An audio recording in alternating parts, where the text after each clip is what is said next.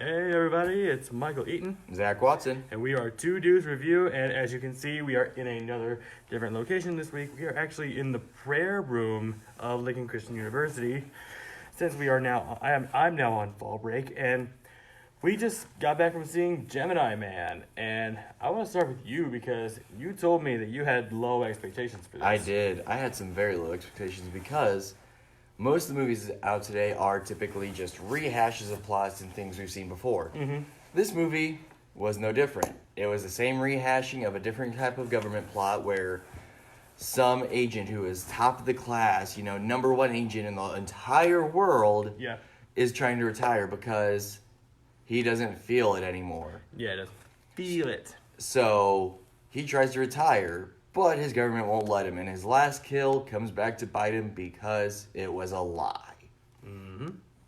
And so you get this whole rush of a plot where the government is trying to take him down, but he keeps killing everybody that they send his way until they finally decide to operate this one, I guess, sleeper cell agent, if you would. And the whole movie is literally just him going head to head with this guy the entire time because they know each other's moves like the back of their hands. And spoilers, it's himself. Yep. As if the trailers and the name didn't give you that idea. Yeah. So overall, this is yet another Will Smith action film that is very much just as fun as it can be at times, mainly because of the ridiculousness, in my view. It is still just run-of-the-mill, generic villain, generic motives, and generic revelation at the end. Now, see, the thing about it, though, that sets it apart for me is when I went in with my low expectations, the entire time we've talked about this movie, I've just been wanting a high-action thrill ride. And that's what we got. My expectations were actually exceeded because I had mine set so low, but also because of the fact that I do like the difference in how they did it. It wasn't just some random operative trying to retire and another random operative who just happens to be the number 2 best and can rival number 1. Yeah. This was literally a man fighting himself. And the whole time you see it, though, it's not, same age, same face, blah, blah, blah, blah, blah. Right. It's an aged guy who is at the age of retirement. And he's fighting a younger version of someone himself. who is quite literally half his age. Because I think they only said he's like, 23? Yeah, he's like 23, 24, and Will Smith is like 51. Yeah, as his character. And to me, personally, I thought that was kind of cool. Yeah. If you wanted to go dive deep into it, you could probably find some religious, some philosophical stuff to talk about and how the plot goes. Yeah. And how some of the dialogue is read. But as an action film, it's not the strongest plot. No. But it is one heck of an easy way to get an action thrill right out of some actors and actresses. If you want a okay popcorn film, this is all it is. It's not like Hobbs and Shaw that we saw earlier this year, or what was another one that we saw that was really, really action packed? What was the other one that we saw? You said Child's Play was action-packed, the reboot. And Hobbs I said and Shaw. And Angel Has Fallen. Angel Has Fallen. As generic as that one is, it was still a good thrill ride. Granted, there is 2 different things to differentiate that one from Angel Has Fallen, if you're going to go with that comparison. And that's the fact that Angel Has Fallen has had a trilogy of movies to build up the characters, to build up the world that it's in, and to actually envelop us in the situations. While this movie is literally an hour and 57 minutes. Here's your characters. Here's your scenario. Here's your action. Yeah. Here's your rushed ending. Boom, boom, boom. Done. Call it. Get my money. Yeah. And that's basically what we get. Now, granted, I'm not going to sit here and say it was bad by any means. It's not terrible by any ways. I think it's a heck of a lot better than any of the Transformer movies, because those are just insultingly stupid. But at least this one, Gemini Man, actually had a little bit of thought, had a little bit of creativity, but still, I do think studio hands really held this movie back. It probably did. Now, granted, there's a lot of actors that are getting to the point where it's getting harder for them to make those greater movies and TV shows like they used to. Yeah, like Will Smith is definitely one of them. And you got to think, Adam Sandler is getting up there too, because We keep hearing about all of his movies that are crashing. Oh, yeah. His Happy Madison studio doesn't produce the greatest films. Oh, no. I mean, No, he's also getting up there in age, so you just can't say studio holds him back alone. Although, to be fair, Happy Gilmore, if you ever seen that, Happy Gilmore, the probably have. Adam Sandler golf movie, my brother freaking loves that movie. It makes him laugh all the time. But yeah, you're right. Get people like Will Smith, Adam Sandler, and kind of Tom Cruise for me. Kind of. They are getting up there. It's very hard for them to make films like this anymore. So the fact that Will Smith tried to make this movie good, I give him all the credit in the world. It's just, I really do think people are holding him back now because of his age now. Well, and you got the whole nitpick that you had as we were getting over here about the CGI. Yeah. Because I do agree. The facial CGI in some aspects did look bad. A lot of the CG in this is awful, but it doesn't distract you too much. The only way you're really going to notice the horrible CGI is if you're one of those people who stares at a movie with such unwavering tension that you can literally see the CGI's ending. Oh, yeah. Or unless you're one of those people who, instead of getting caught up in the action, is just sitting there watching it like, man, I should plug a controller in because this looks like a fun fighting game. Oh, yeah, there's plenty of other people out there who do what we do, who are that way. Like, I mean, there's people on YouTube who think that way, but us, we go the different route. We don't really focus on it too hard because we know it's a movie. It's supposed to be goofy, but... Well, depending on the movie. If it's a comedy, it's meant to be goofy. Yeah. If it's an action, it's meant to be, like, heart-racing, blood-pumping... Well, depending on wild ride, and then if it's a horror, your heart's supposed to be like, oh Yeah. god, I'm gonna die! Yeah, but don't forget that it's depending on the type of action it is. Like something like Mission Impossible. I mean, every movie after like Ghost Protocol just got goofier and goofier and goofier. Well, I was gonna say I haven't seen them, so I don't care. You haven't for seen them. the Mission Impossible movies? I don't really care for them. Oh, me and Abby saw a lot of them. But I was never a fan of it. I was never a fan of Fast and Furious nor that series. So. Yeah, to be fair, I saw Fate of the Furious and oh my god, it's so dumb. Point is, though, It is so stupid.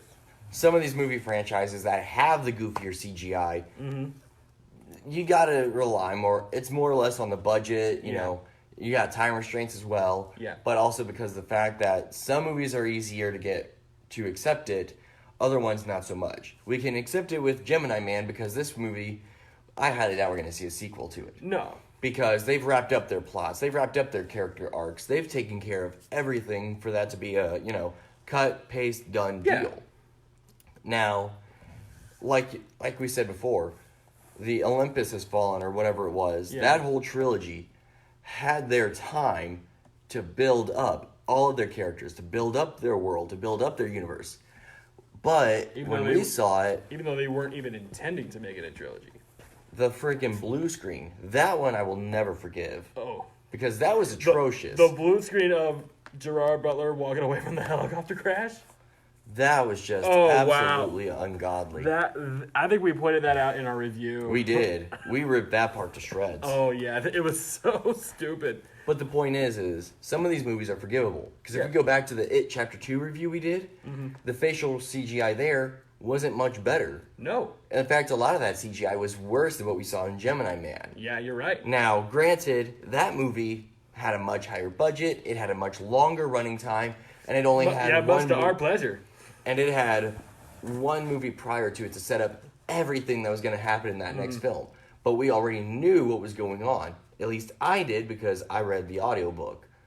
So, I mean... I went into that blind. Yeah, you went into it blind. You didn't even see the first one, and I'm disappointed. I did not.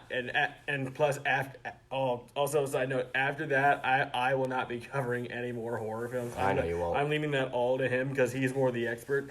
Yes, I am. Because he's really looking forward to Dr. Sleep that's coming out next month. I can't wait. I haven't listened to the audiobook. I've got an hour and a half left on it, and then I'm going on to the movie. But yeah, with Gemini Man, it's not like it's the worst thing we've seen all year. Not even close. It's serviceable. It's fine. It's for a good, fun, stupid time.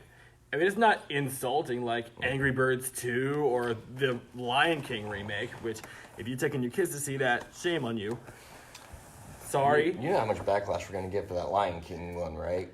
Dude, people are already saying the Lion King remake is the worst. You know how many people? You know how many people have sat down and talked to me and said that they are offended. You had people come up to you and say that they're not in public, no. But I mean, when I would sit down and talk with people in my class, and they'd be like, "Oh, Zach, how'd you like the Lion King movie?" I hated it. I thought it was trash. Yeah. You take that blasphemy. Yeah. Oh yes, because Disney has these people by the nards. I'm sorry. We were sold until we saw it, so don't say that. I'm just saying, we were sold, but after that, I don't trust Disney anymore. Point is, we can forgive this movie for the bad CGI. Yeah. We're easily able to forgive it for the plot because it did have something different that not all these other movies had. It had something a little bit different, like seeing what happens to the double after the event. Like you don't even see that often in clone films. Well, it's not even the fact that it was a clone film. It's typically the fact that if you have a secret agent retiring and someone is out to kill him or her while they're retiring, it's typically, I got lied to by the government and now I'm taking that lie out on you thinking it's the truth. Yeah. Or like this film, your last mission before your retirement is all a lie, and now because of that, your government's coming after you because whatever reason they want to give you. Yeah. That is enough of a reason to make the movie feel generic. Where the movie feels different is the fact that throughout the entire movie, with each time we see both Will Smith as the adult, but Will Smith as the young clone, there's something different. Because you got the clone who's interacting with him, and it's, I'm trying to save you because I am you. I know I'm you because our DNA matches, and I know everything about you because it's me. And also, one thing about, even though he initially denies everything that the real Will Smith is saying, he doesn't just go through the motions of continuing to kill him again. You see it throughout the entire movie. Even the first interaction, after they finally see and talk to each other. Yeah. First interaction is all up. Nope, my mission is to straight up kill you, old man. Second interaction, oh my God, there might actually be something more to this, man. Holy moly, what? Like, the entire movie is like that. And it's great because it's still different. They're still trying to kill each other through most of the movie.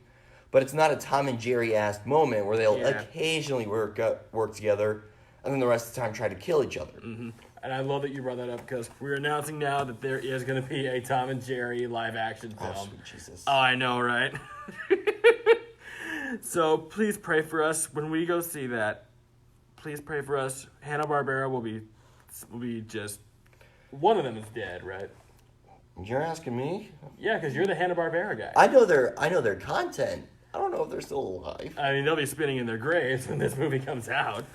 Now, granted, I will say this. The only Hanna-Barbera movie that's planning on releasing anytime soon that I'm excited for is the Scoob movie. The Scoob. It's Scooby-Doo. Yeah. But they're calling it Scoob. The few little bits of images that we have of the characters look fantastic. Mm-hmm. Scooby, Shaggy, Velma, Daphne, and Fred all look great. Mm-hmm. The only thing, though, that I'm really excited to see is how they go about the plot. Because the articles that I've read about the movie say that it's going to be a giant mishmash of Hanna-Barbera's characters. Scooby and the gang and a bunch of other characters like Captain Caveman and others are going to team up to stop Dick Dastardly from taking over the world. And I cannot wait because I know all these characters and I am just so freaking excited. So that's why when we do that review... That one will be mainly me talking because I am excited. And I'll be the one listening to him. He'll be the one over here face palming every other sentence because I'm just... I know, right? But yeah, I mean, I totally got off track. What were we talking about? We're talking about Gemini Man. Yeah, I know that, but what were you saying? We're talking about how it was, a bit of a deeper dive since we see each character separately, we see them interact together. Mm-hmm. And the fact that when we see young Will Smith, the clone or whatever... Junior. They call him Junior. They call him Junior, so we'll refer to him as Junior. Although he changes his name at the end of the film. We're not gonna say what it is. We're not gonna say what it is. We're gonna refer to him as Junior. Yes. So when Junior is interacting with, his quote-unquote father, he's saying, everything that Will has told him. He's talking about how he's not happy unless he's flat on his belly, about to pull the trigger. Any other time... That's actually a good line. Because It is. Because it's true. It's especially true for soldiers in the military. For some soldiers, not all soldiers. No, I mean some. But it's the fact that everything that Will has told him, Junior is then feeling, and it's making him think. It's making him come to terms with stuff, and it's making him ask questions. Questions he's never thought of asking. And it's making him feel more of a three-dimensional character. Yeah. This movie has strengths like that. Unfortunately, the biggest weakness, unfortunately, that this film has is freaking Clive Owen. You have Clive Owen as the villain, and you just make him so bland and so generic that why do you even have him in this? Because they focused more on the characters of Yeah. like their deeper arcs. We didn't focus on the villain I know, so but you much. still have Clive Owen, one of the most talented actors of our time, and yet you just put him aside. I mean, honestly, that was a shame to me because I really do like Clive Owen's work. I don't know. To me, I felt like the movie was strong enough without the most powerful villain dialogue. Because not every movie needs to have their Thanos. Oh yeah, he has some of the most generic villain dialogue you've ever heard in your life. He may have some of the most generic dialogue. He may be one of the most generic villains, but not every film, not every franchise needs to have their own version of Thanos. Some movies you need your goofy, generic villain because that's just what's needed. If every movie needed their own Thanos, you know how many purple faces we would have in the theaters right now? Every one of them would be a purple face. If every movie, every franchise needed a Thanos. Not Thanos, just make him a little bit stronger. Thing is, though, this one was made strong. You have to think, not only was he a generic villain, but every interaction he had with his son that actually pushed his son further into, hey, I'm not just a weapon. It was him saying, trying to brainwash him. I'm a present father. I love you, son. Trying to, coax him back into being his little pocket. Yeah, I haven't heard that before. I mean, yeah, that's generic with a lot of villains in a lot of those cases. Oh, yeah. But how many action movies, like the one we just saw, do you know that deals with clones to the extent that we just saw? Name 5 off the top of your head. Not off the top of my head, but I know there are some. That dealt with them in the way that we see, with the parent dynamic? Yeah. The fact that this tackles a mixed parent dynamic before some other clone movies have? Yes. You sure? Yes, I'm very sure. And anyone who's seen this, definitely look it up. Because we are not the biggest experts, but we know there are cloning films who have dealt with this kind of dynamic before this movie did. So if you have the interest, go on and look it up. Now, is there anything... Oh, Mary Elizabeth Winstead, the female lead, was... I mean, she was fun. She was funny, just not... She was witty. Witty, but not very memorable. But she was fine for what the plot was.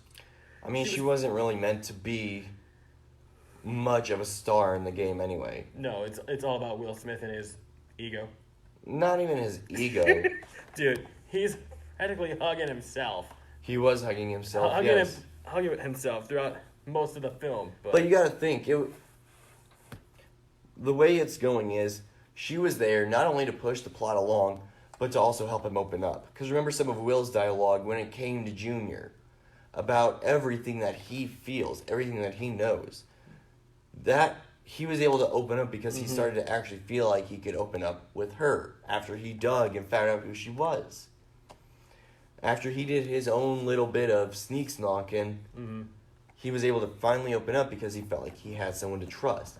Remember when he tells her that going back for her wasn't the first thing on his mind. It was just instinct for him.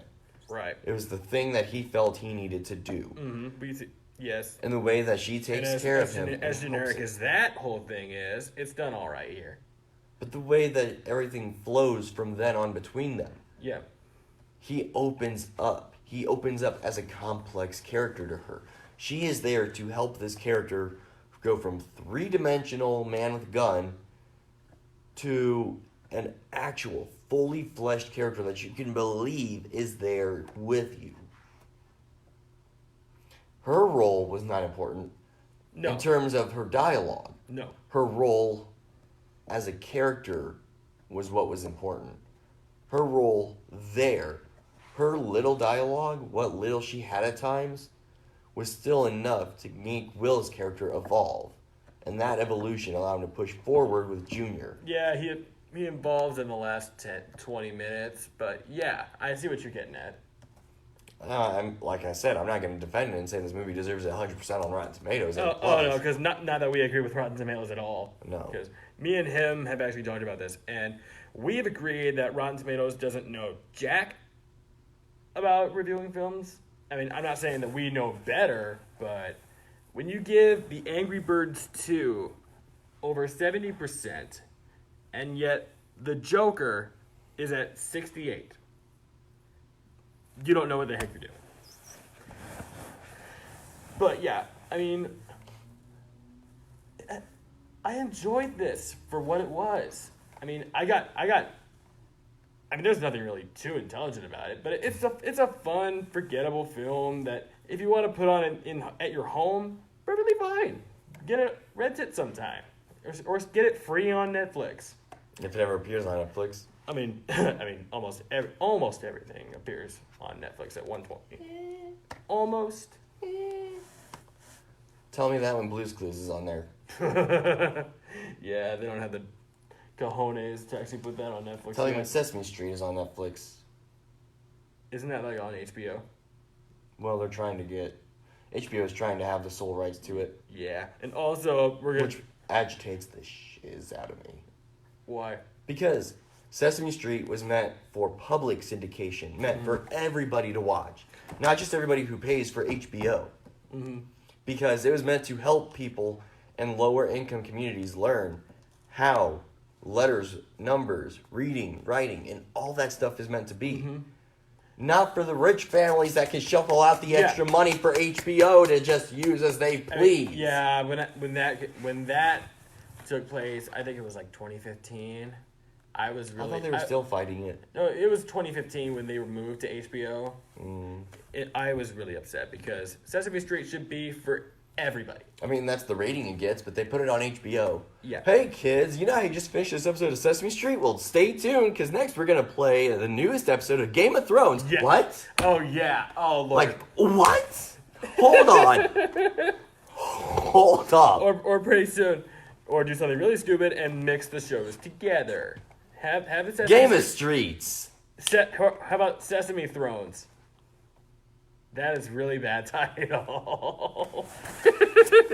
Flip you over. But yeah, guys. I mean, overall, this movie is... I mean, it's bad, but it's not terrible. It's fun, but it's not a big popcorn film. It's somewhere in between for me. I mean, just gotta vary. Mm-hmm. Gotta see where its strengths and weaknesses lie.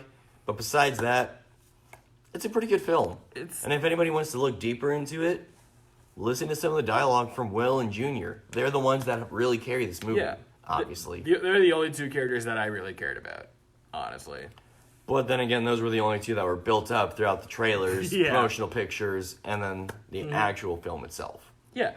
I mean, don't expect any more sequels from this, because from the box office that it made back, we're probably not getting one. I'm not really that depressed about it, though. Unfortunate. I'm not really upset about it not getting a sequel, because the movie set itself up to be a one-time deal. Yeah, they said the same thing about Joker, and people are pushing a sequel for that. Okay, but I could see why they would want a sequel for Joker. I want a sequel for Joker. We all want a sequel for Joker. Then don't complain if people want a sequel for Joker. I'm not complaining. I'm just like, what are you going to do? Like, do Joaquin Phoenix's version of The Killing Joke? Actually, that's not a bad idea. Okay, to be fair, he would be excellent. Exactly. For that. For that idea, you could pay us directly. Yeah, seriously, Hollywood, get on that. Joaquin Phoenix, Killing Joke. The good Killing Joke this time. And we'll take some of that money for that. Some of that idea, we'll pickpocket some of that. Point is, this movie, fun. Is it worth diving into all the time? No. Are we going to see sequels from it? No. Is it worth going to the theaters to spend $10? No. No. Is it worth a rental? Probably. Yes. Is it worth streaming free online? Oh, definitely. Yeah. So basically, as fun as this movie is, it is somewhat dumb. It's a little generic. The villain is a throwaway. But overall, it's a fun time for people who are diehard action film fans, and some people like my best friend here. You will enjoy this perfectly fine. I know I did. I mean, I think you are more lenient to films than I am. I'm very lenient when it comes to film and TV, strictly because if I judged everything with this high level standard, I'm going to be disappointed by a lot of things in our generation. Yeah, you'll be like the nostalgia critic. I would be. only you would make better content. I don't know. The man actually has money and a budget and a cast. Have you seen the review of The Wall? Yes. He had a cast. He had a budget. He had better things than what we got. We hop from place to place, or we review in a car. Although we don't get like over 30,000 dislikes on our video. That was only one video that he got 30,000 dislikes. I know, but still, I gotta respect the man for trying something different. Well, and not to mention the fact that even though the review was literally 3 seconds of dialogue in the entire 45-minute video, it was still a strong thing because he did have some clever satire in there. Yeah. But, you know. I was wondering if Gemini Man would have been a great satire film. For all we know, this could have been a satire film and we're just not reading deep enough. What do you think? Viewers at home. Could it have been a satire? Do you think Will Smith is ballsy enough to do that? I mean, if he's ballsy to take on Collateral Beauty, he can take on anything. And with that... Or even something as, lame as Suicide Squad. Sorry if you guys are Suicide Squad fans, but I'm telling you, your movie sucks. At least there's a new one coming out. Yeah, with James Gunn directing, which is... So, I mean, at least we got that happening. Yeah, and plus no Jared Leto. As far as we know. Hopefully we'll have Margot Robbie back as Harley Quinn. Who knows? I would like that. So overall, guys, you just heard our thoughts on Gemini Man. So I'm going to give it a in the middle of the road. I give it thumbs up. Sort of. I think we did that same viewing on Scary Stories to Tell in the Dark. I think we did, but that's because that was more child thriller, not so much horror. Yeah, and this is like child action. This is the PG-13 level of a supposed action flick. Yeah. This is what you give your little teeny boppers to watch when they're thinking they're old enough to start watching action movies of a higher level. When really you're just feeding them crap. Yep. This is the kind of movie you rent for your kids when they're having Friends Day of the night. You kids enjoy. I'm going to go watch Spartacus Blood and Sand here in my room for the next 3 hours while you watch this. Oh, yeah. Or like, what is it? Like exposing them earlier on to like action films? Rambo, Terminator, all those old flicks, all the ones that didn't hold back. Or like show them, like, son, you're 13 now. How about you watch this film called Rambo Last Blood? We're trying to introduce them. We're not trying to scar them. Dude, they won't be scarred. He rips a man's heart out. Yeah, he went all Mortal Kombat on someone. It's still a step up above the Mortal Kombat movie. I mean, that's a given. Although the new reboot is supposed to be R-rated and have fatalities. Fingers crossed. That's what I'm saying. So anyway, guys, if you want our opinion, if you want to see Gemini Man, don't go to theaters. Just wait for it to come out on DVD or Blu-ray, stream it online, or heck, even watch it for free somewhere. I mean, it'll save you some money. You'll still get a kick out of it. But at the end of the day, you get to stay home and stay in your comfy clothes and do it. Yeah, and trust me, there are better Will Smith films than this out there. I mean, far better. Yeah, like Men in Black, Wild Wild West. Debatable. I mean, I enjoyed that for how stupid it was, and plus the song Wild Wild West. I mean, come on, Wild Wild West is stupid, but it's fun. Yeah. Sort of like how you see this. All right, point taken. So with that, guys, we are 2 Years Review. I am Michael Eaton. And I'm Zach Watson. And we will see you next time.